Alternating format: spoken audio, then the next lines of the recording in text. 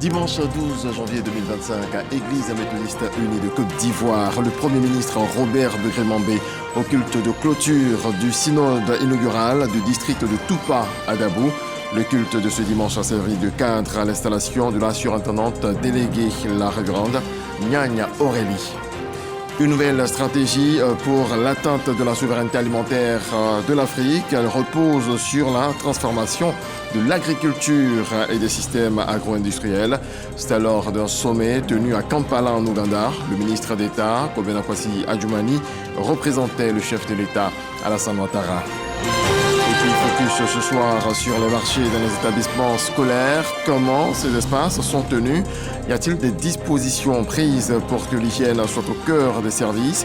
Nous serons à Bouaké pour voir comment fonctionnent ces marchés qui comblent parfois le vide créé par l'absence de cantines traditionnelles. Bonjour à tous, je le disais à l'instant, le Premier ministre Robert Begré-Mambé a préparé au culte de clôture du synode inaugural du district de Toupa à Dabou. Le culte de ce dimanche a servi de cadre à l'installation de la surintendante déléguée. La révérende Nyanya Aurélie aura en charge le nouveau district de l'église méthodiste de Côte d'Ivoire. On voit cela avec Hugues RVB et Ulrich Adogon. Le synode inaugural du district de Toupa, ouvert jeudi dernier, referme ses portes ce dimanche. C'est dans l'allégresse que les fidèles de l'église méthodiste de Côte d'Ivoire ont célébré cette clôture au temple Saint-Esprit de la sous-préfecture. Au rang des témoins privilégiés de ce culte de clôture, le Premier ministre Robert Begré-Mambé. La révérende Nyanya Aurélie se trouve à la tête du nouveau démembrement territorial de l'église méthodiste de Côte d'Ivoire. Elle est officiellement installée ce dimanche dans ses fonctions de surintendante déléguée. Frères et sœurs du district de Toupa, c'est le travail qui permettra aux uns et aux autres, à nos autorités, de savoir qu'ils ne se sont pas trompés, de déclarer le district de Toupa comme un district ordinaire. Circuit de Toupa, circuit d'Abrako, circuit de Kosrou, circuit de Nidjasoko, circuit de Kodongich. Levons-nous et bâtissons. La révérende Nyanya Aurélie est la deuxième femme surintendante déléguée de l'église méthodiste de Côte d'Ivoire. Avec elle, le Premier ministre a partagé son optimisme de voir l'église réconciliée. L'église sera entièrement réconciliée et la gloire de Dieu va se manifester. Que devrions-nous attendre pour que chacun se mette au service du Seigneur? Tout ce que nous faisons de beau et de bon ne vient nullement de nous-mêmes. Cela vient strictement de l'Éternel, notre Dieu. Que le Seigneur bénisse l'Église et que chacun se mette au service du Seigneur en posant des actes et en s'effaçant devant ces actes pour la gloire de Dieu. Rappelons que l'église méthodiste unie de Côte d'Ivoire, MUC, a cédé la place il y a quelques mois à l'église méthodiste de Côte d'Ivoire. Pour la construction de son temple de Toupa, le Premier ministre Robert Begré-Mambé a manifesté son soutien par un appui financier important au cours de ce culte de clôture du synode inaugural du district de Toupa.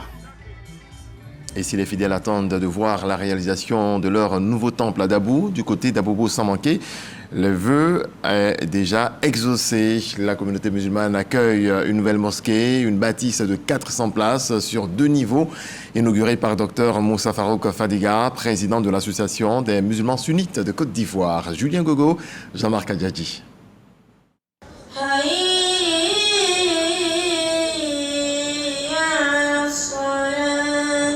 Cet appel marque l'entame de la cérémonie inaugurale de la nouvelle mosquée Walidine d'Abobo Samanké. Bâtie sur 2 niveaux, sur une superficie de 400 mètres carrés, cette mosquée fait la fierté de la communauté musulmane de la commune d'Abobo. La mosquée est ouverte pour toute la communauté musulmane. En tant que fidèles, nous sommes très contents d'être témoins de l'ouverture de cette mosquée parce que le donateur pouvait faire de cette mosquée des magasins, avoir de l'argent. Mais c'est sa croyance qui l'amène à donner ça à Allah. Et vraiment, nous nous remercions. Le nouvel imam de ce lieu de culte invite ses coreligionnaires à œuvrer ensemble. Il bénéficie du soutien du Conseil suprême des imams, organisations et structures sunnites, CODIS. Je compte sur Dieu pour diriger cette mosquée avec les bénédictions des musulmans, les bénédictions des parents aussi. Moi, je suis serviteur de tout le monde. On s'est réunis pour se donner des idées. Avec la construction de cette mosquée, on peut dire que la communauté musulmane sunnite a une fierté aujourd'hui d'avoir que vraiment on a eu d'autres mosquées encore, en plus ajouter que les autres mosquées qu'on en a. Cette mosquée est un don de l'imam Yahya Kamara. Les travaux de cet ouvrage ont duré 2 ans. Un bref en image en marge du 4e sommet de l'Union africaine sur l'agriculture. Le ministre d'État Kobena Nkosi Adjumani a accordé une audience à la chargée des missions spéciales du chef de l'État ougandais. Au menu, un partenariat pour l'échange de produits et expériences agricoles entre la Côte d'Ivoire et l'Ouganda. Les 2 émissaires des présidents ougandais et ivoiriens ont examiné pour le compte de leurs pays respectifs les contours de cette coopération sud-sud. Retour sur le sommet de l'UA qui a défini une nouvelle stratégie pour l'atteinte de la souveraineté alimentaire de l'Afrique. Elle repose sur la transformation de l'agriculture et des systèmes agro-industriels. Retrouvons tout de suite nos envoyés spéciaux à Kampala en Ouganda, Léon Brou et Barnabé Conan.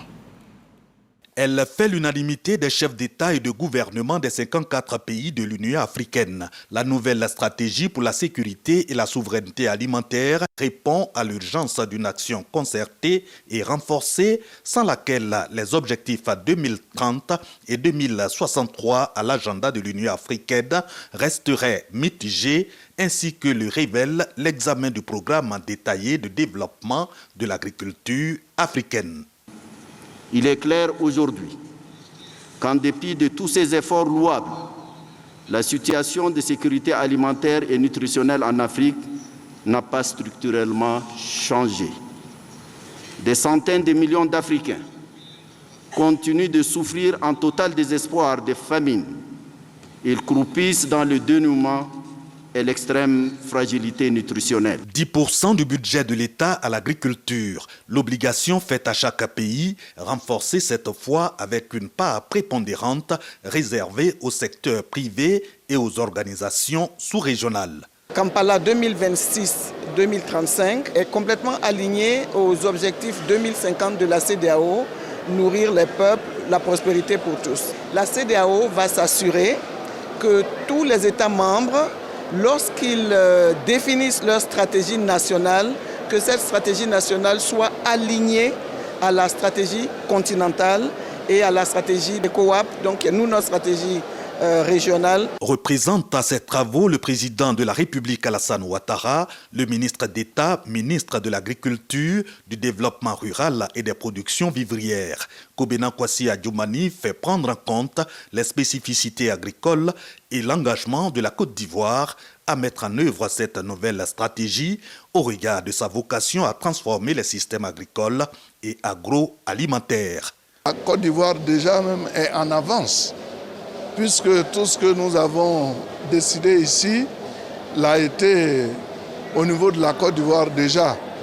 Nous avons notre programme national d'investissement agricole qui est une déclinaison des programmes sous-régionaux et en particulier du programme de l'Union africaine. Pour l'Afrique qui dispose de 60% des terres arables du monde, le défi reste donc la maîtrise de l'eau, l'agriculture intelligente. J'exhorte la Commission de l'Union africaine à stimuler l'investissement et le financement de la transformation des produits, garantir la souveraineté alimentaire pour tous, promouvoir l'inclusion de moyens équitables pour tous, construire des systèmes agroalimentaires résilients et renforcer la gouvernance des systèmes agroalimentaires. Ce 4e sommet extraordinaire des chefs d'État et de gouvernement de l'Union africaine aura révélé certes des avancées, mais des limites, notamment en ce qui concerne le financement du programme détaillé de développement de l'agriculture africaine. Voilà, une rencontre pour que les produits alimentaires soient disponibles et accessibles à tous sur les marchés. Tiens, parlant de marchés, jetons les regards sur les marchés dans les établissements scolaires. Comment ces espaces sont tenus? Y a-t-il des dispositions prises pour que l'hygiène soit au cœur des services? Prenons la direction de Bouaké dans ce sujet de William Kakou et Kader Sogodogo. Lycée classique de Bouaké, c'est l'heure de la récréation. 10 heures vient de sonner. Les élèves se précipitent vers le marché de l'établissement. Ici, tout comme dans de nombreuses écoles, les étals regorgent de mets variés et surtout accessibles. Une aubaine pour les élèves. Les dames, elles nous servent bien, elles font de leur mieux pour qu'on soit satisfait. Quand on quitte la classe, on est fatigué, on a fini, on a pris les cours, on vient, on regarde tout à notre disposition. Quand on a les cours le soir, on a le devoir, on peut venir manger un peu d'attiqué. Aux commerçants exerçant leurs activités au sein de cet établissement, un respect rigoureux des règles et principes d'hygiène s'impose. Avant de vendre ici, tu vas, il y a des responsables du marché, tu vas les voir, c'est eux qui vont te donner la place. Et quand ils te donnent la place, chaque année, avant de commencer, on fait des vaccins. Et puis on a des dossiers à remplir. Cette directive des autorités de l'école est prise pour garantir une bonne santé et un mieux-être des élèves. Chaque année, il est mis en place un dispositif rigoureux pour gérer efficacement l'espace commercial où la plupart des élèves se restaurent. Il faudrait que nous continuions toujours à améliorer le cadre de vie et de vente que nous avons sur nos marchés et éviter de mettre les ordures ménagères autour des endroits où nous travaillons. On doit donc nettoyer et veiller à la propreté de nos stands. Les mets que nous vendons doivent être des mets qui sont frais. À quelques kilomètres du lycée classique, au groupe scolaire IUDO, nous sommes au quartier Air France. Les responsables de l'école sont aussi rigoureux et stricts dans la gestion de l'espace commercial. Ils suivent avec attention les recommandations de la tutelle. Les produits à base de lait sont interdits sur le marché. Mais chaque matin, normalement, le tuteur de coopérative ou bien les tuteurs de coopérative passent pour goûter les plats qui sont proposés aux enfants. Et puis on passe, on regarde comment les plats sont conservés, est-ce que les plats sont fermés. Le responsable local de la direction de la mutualité des œuvres sociales en milieu scolaire, Demos, rappelle quant à lui la nécessité des contrôles médicaux et des vaccins exigés pour tous les prestataires travaillant sur ces marchés scolaires. Donc nous faisons une visite médicale générale pour détecter des pathologies contagieuses sur ces dames. Et après ces visites pour voir si elles sont aptes au niveau médical à pouvoir vendre dans nos marchés. Et après nous faisons de la vaccination. Outre les mesures d'hygiène adoptées par les écoles, la coordination de la vie scolaire de la Drena Bouaké 2 met en garde contre tout relâchement. C'est régulièrement que nous passons faire des incursions pour contrôler. Elles font des difficultés par moment quand il s'agit de contrôler les aliments. Voilà, il faut qu'elles comprennent que l'espace scolaire, c'est un espace réglementé. Voilà, sur la fiche d'agrément, il y a un certain nombre de mesures. Il faut qu'elles respectent ces mesures. Il faut qu'elles acceptent d'être contrôlées. Dans de nombreux établissements, les marchés scolaires ne sont pas simplement une alternative. Ils remplacent parfois les cantines scolaires, devenant une solution essentielle pour les élèves. En garantissant des produits de qualité et en veillant à l'hygiène, ces marchés jouent un rôle crucial. Ils sont bien plus qu'un lieu de vente, mais un pilier de la vie scolaire, là où l'écolier et l'élève s'alimentent. À un peu plus d'une heure de route de Bouaké à Yamoussoukro, des travaux de réhabilitation des dortoirs sont en cours au principal pôle de formation des ingénieurs. Avant leur ouverture, le président de la République vient de faire un don de 3000 matelas. Ils ont été remis par le ministre de l'Enseignement supérieur et de la Recherche scientifique, Kader Sogodogo.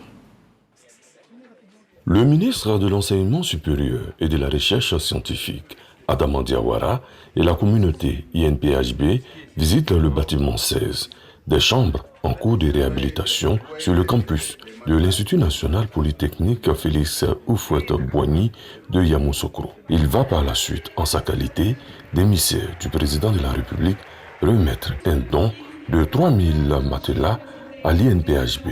En retour nous nous engageons à redoubler d'efforts pour mériter cet appui précieux et pour contribuer à porter haut encore les valeurs de notre institut, de notre école.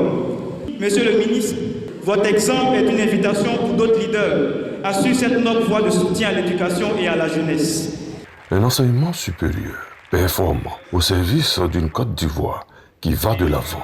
La trajectoire est connue. L'un des 4 objectifs majeurs de la politique gouvernementale en matière d'enseignement supérieur, c'est l'amélioration des conditions de vie et d'études de nos apprenants.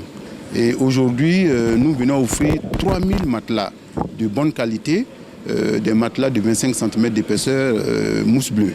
Donc des matelas qui vont durer. L'Institut national polytechnique Félix Houphouët-Boigny, INPHB de Yamoussoukro, forme des ingénieurs et des techniciens dont le mérite est reconnu à l'international. Sa capacité d'hébergement actuelle est de 3008 étudiants. Des travaux de construction de nouveaux dortoirs pour accueillir 4200 étudiants ont été lancés le 1er juillet 2024 par le ministre Adama Diawara. Et pour un système éducatif dynamique, l'État met les bouchées doubles dans l'enseignement professionnel. Le ministre Nguessan Kofi a mis en mission 91 formateurs ayant séjourné en Chine du 14 août au 15 décembre dernier. Jean-Marc Adjadji. 91 formateurs ivoiriens revenus de Chine après 4 mois de formation sont à l'honneur à l'occasion d'une cérémonie qui leur est dédiée. Une initiative du ministère de l'Enseignement technique, de la formation professionnelle et de l'apprentissage. Cette deuxième cohorte d'encadreurs, issus de 8 spécialités, a été répartie dans 6 établissements et instituts chinois. Une action qui rentre dans le cadre du projet AVIC, un projet intégré qui prend en compte, entre autres, la construction, l'élaboration des curricula, la formation des formateurs en Chine et en Côte d'Ivoire. Nous croyons que la formation professionnelle, c'est une action pour la mise en œuvre de nos engagements pour l'Afrique. Le ministre de tutelle, Kofi Nguessan, a félicité ses enseignants et les encourage à valoriser leur expertise dans le pays. En Chine, ils ont été très assidus, ils ont appris à travailler en équipe, ils ont compris aussi la technologie chinoise. À leur retour, c'était vraiment l'occasion pour nous de les rencontrer, de les féliciter parce qu'ils ont été les dignes ambassadeurs de notre pays à l'extérieur.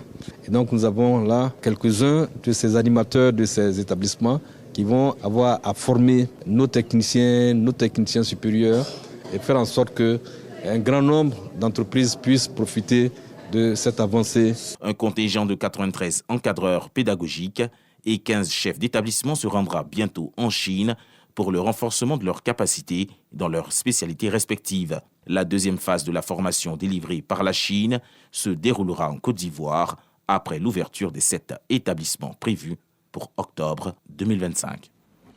L'excellence célébrée du côté des radios de proximité à l'occasion de la 2e édition des Oscars de la radio. Cette cérémonie a récompensé les meilleurs acteurs du secteur. La radio, la voix de la Maraoué de Boisflé est le super lauréat. Générosa Quadio, Jean-Marc Adjadji. Pour la 2e édition des Oscars de la radio, une soirée dédiée à l'excellence radiophonique initiée par l'Union des radios de proximité de Côte d'Ivoire, URPCI. Super lauréat des Oscars 2024, la voix de la Maraoué décroche le premier prix René Bourgoin de la meilleure radio. La radio Zénith FM de Marc Cory et la radio Zanzan de Bondoukou s'adjugent respectivement la 2e et la 3e place. Dès notre arrivée à la radio, nous avons défini une vision stratégique, c'est-à-dire rendre la radio La Voix de la Maraoué une radio de référence en Côte d'Ivoire. Très satisfaite, j'ai l'impression de... Vraiment, c'est un rêve en fait, c'est un rêve, c'est une reconnaissance qui nous fait plaisir. Augustin Koné de Radio Arc-en-Ciel d'Abobo remporte le prix de la meilleure production sur le thème de l'année et le prix sectoriel Anaressi. Audrey Akabé de ISTC-FM reçoit le prix spécial de la meilleure production féminine. Eric Gou, président de l'URPCI, a souligné l'importance des Oscars pour dynamiser le secteur radiophonique. La radio demeure un média crédible et joue un grand rôle dans le maintien de la paix et de la cohésion sociale. Tous les médias, et plus précisément les radios, doivent être des canaux de paix, des canaux de diffusion d'informations, de la bonne information. Le représentant du ministre de la Communication a salué cette initiative qui vise à promouvoir l'innovation et l'excellence dans les radios locales. Je vous encourage au nom du ministre à repousser les frontières de la créativité, Les nominés d'aujourd'hui illustrent parfaitement la richesse que notre radio peut offrir par leur talent et leur dévouement, a su captiver les auditeurs, éveiller des émotions et fournir une information de qualité. Avec cette deuxième édition, l'URPCI confirme son engagement à promouvoir l'innovation et l'excellence dans le paysage radiophonique ivoirien.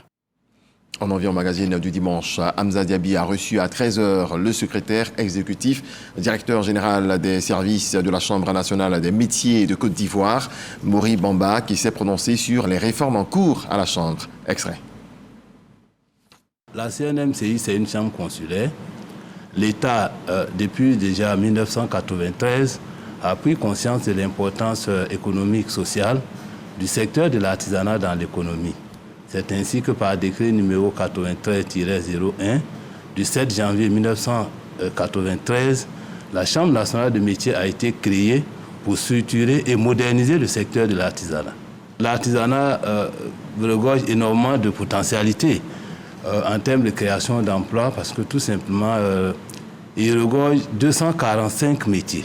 Nous avons la maçonnerie, la peinture, l'électricité, la plomberie, la restauration. La Chambre a été créée 30 ans plus tard. La Chambre est méconnue. Mais nous avons déjà engagé beaucoup de discussions avec la Direction générale des impôts. Et pour nous aujourd'hui, la plupart des artisans ne contribuent pas à l'effort national, à l'économie, puisqu'ils sont dans les mairies. Ils n'ont pas de compte contribuable, ils n'ont pas de DFE, donc ils ne peuvent pas ouvrir de compte dans les banques. Ouais. Et nous demandons aujourd'hui à l'État de donner des parts de marché aux artisans par le biais de la Chambre nationale des métiers, à l'instar du Sénégal, à l'instar du Burkina, afin que nous puissions formaliser ce secteur et faire contribuer énormément. Vous voyez, l'artisanat occupe 40% de la population active pour un PNB de 12%, ce qui n'est pas suffisant. Poussons à présent les portes de la politique. Le collectif des mouvements et associations pour le développement et l'émergence a organisé à Bouaké une cérémonie d'hommage au président de la République, Alassane Ouattara. Cette rencontre visait à exprimer la reconnaissance des jeunes et des femmes membres du collectif pour les actions de développement réalisées par le chef de l'État, Boubacar Silla Sorokonda. Depuis 2011, Bouaké incarne un modèle de renouveau et de développement avec des infrastructures modernes. Les initiatives en faveur de la jeunesse et de l'autonomisation de la femme sont aussi à noter. Pour toutes ces actions pour le rayonnement de la commune, le collectif des mouvements et associations pour le développement et l'émergence COMAD rend un hommage au président de la République, Alassane Ouattara. Cette reconnaissance est couplée à la rentrée politique du collectif en présence du parrain de la cérémonie, Souleymane Touré. Faire la politique requiert une certaine éthique. Je voudrais, en rendant hommage, présenter avec rationalité et méthode les grands chapitres et œuvres titanesques du président Ado. Depuis son accession à la magistrature suprême, son Excellence Alassane Ouattara a tracé un chemin de paix, de prospérité, de cohésion nationale. Les progrès réalisés dans les infrastructures, l'éducation, la santé et l'économie sont les témoins vivants d'une vision claire, ambitieuse pour la Côte d'Ivoire. Amadou Kone, coordinateur principal du Rassemblement des oufouettistes pour la démocratie et la paix, RHDP Bouaké, et patron de la cérémonie prônant l'unité, invite les jeunes à maintenir cette flamme de mobilisation autour du président Alassane Ouattara. Alassane Ouattara, c'est au-delà de tout ce qu'il est en train d'accomplir dans le pays. Pour nous, c'est vraiment un modèle d'humanisme, quelqu'un qui est blanc. Il ne donne pas pour qu'il y ait la reconnaissance. Il fait parce qu'il aime son pays. Le COMAD avait à ses côtés une dizaine d'autres mouvements et associations de jeunesse proches du RHDP. Cette cérémonie d'hommage s'est tenue au siège régional du parti. Les femmes du PPACI, Parti des peuples africains de Côte d'Ivoire, réaffirment leur soutien au président Laurent Gbagbo. Elles étaient réunies ce samedi au Palais de la Culture d'Abidjan-Trècheville pour des échanges dans le cadre d'une activité dénommée les Assises des femmes. Konaté Moussa a les détails. Ce samedi 11 janvier, elles ont effectué massivement le déplacement au Palais de la Culture. Une très forte mobilisation pour venir attendre ce que Gbagbo va dire aux femmes. Les femmes d'Agnebi Tiassa ont décidé de suivre Laurent Gbagbo. On est venu à 300 femmes. Nous, les femmes de Koumassi, sommes venues écouter le président Laurent Gbagbo. Et aussi, nous allons nous exprimer, nous allons dire ce qui est sur notre cœur, ce que nous avons besoin. Dans l'enceinte de la 4000 places, c'est l'ambiance et la ferveur. La salle grouille de monde. Des femmes venues réaffirmer leur soutien à leur leader, le candidat désigné du PPACI. Le président Gbagbo avait déjà annoncé qu'il voulait organiser des assises des femmes. Lors de la fête de la Renaissance à Agboville, il avait dédié cette fête-là aux femmes. Donc il a promis à cette occasion d'organiser les assises. Nous espérons avoir une politique du PPACI qui est vraiment une politique concoctée par les femmes, pensée par les femmes et initiée par les femmes pour les femmes. Après quelques heures de travaux, les militantes du PPACI accueillent le président du parti.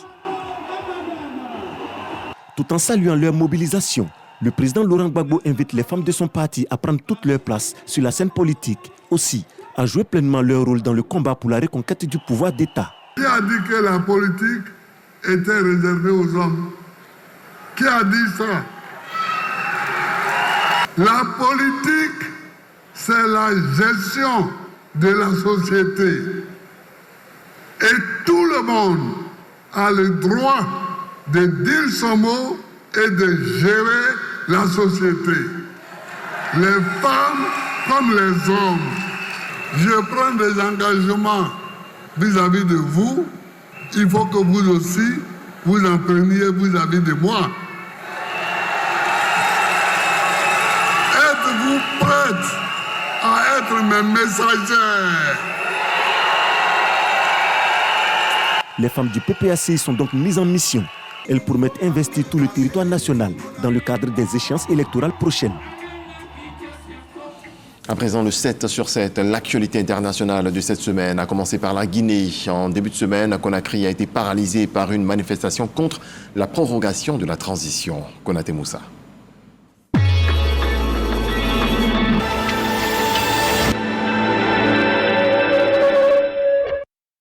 Conakry, la capitale guinéenne, a vécu une journée sous haute tension lundi.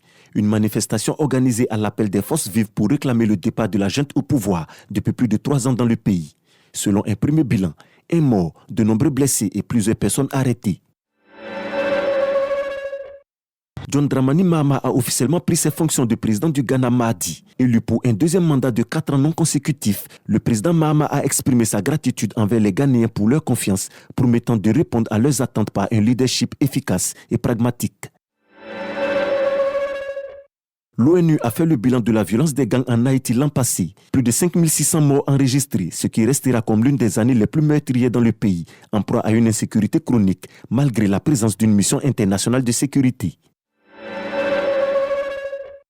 Au Liban, le Parlement a élu le général Joseph Aoun président de la République. Il est actuel commandant en chef de l'armée libanaise.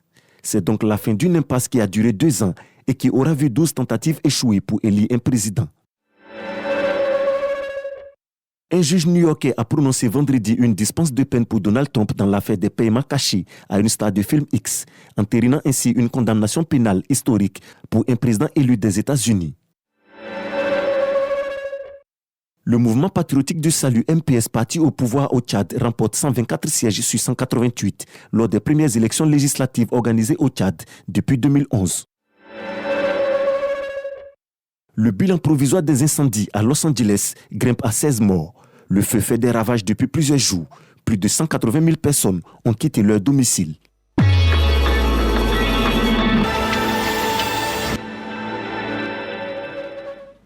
Très belle nuit, Dieu nous garde, bonsoir.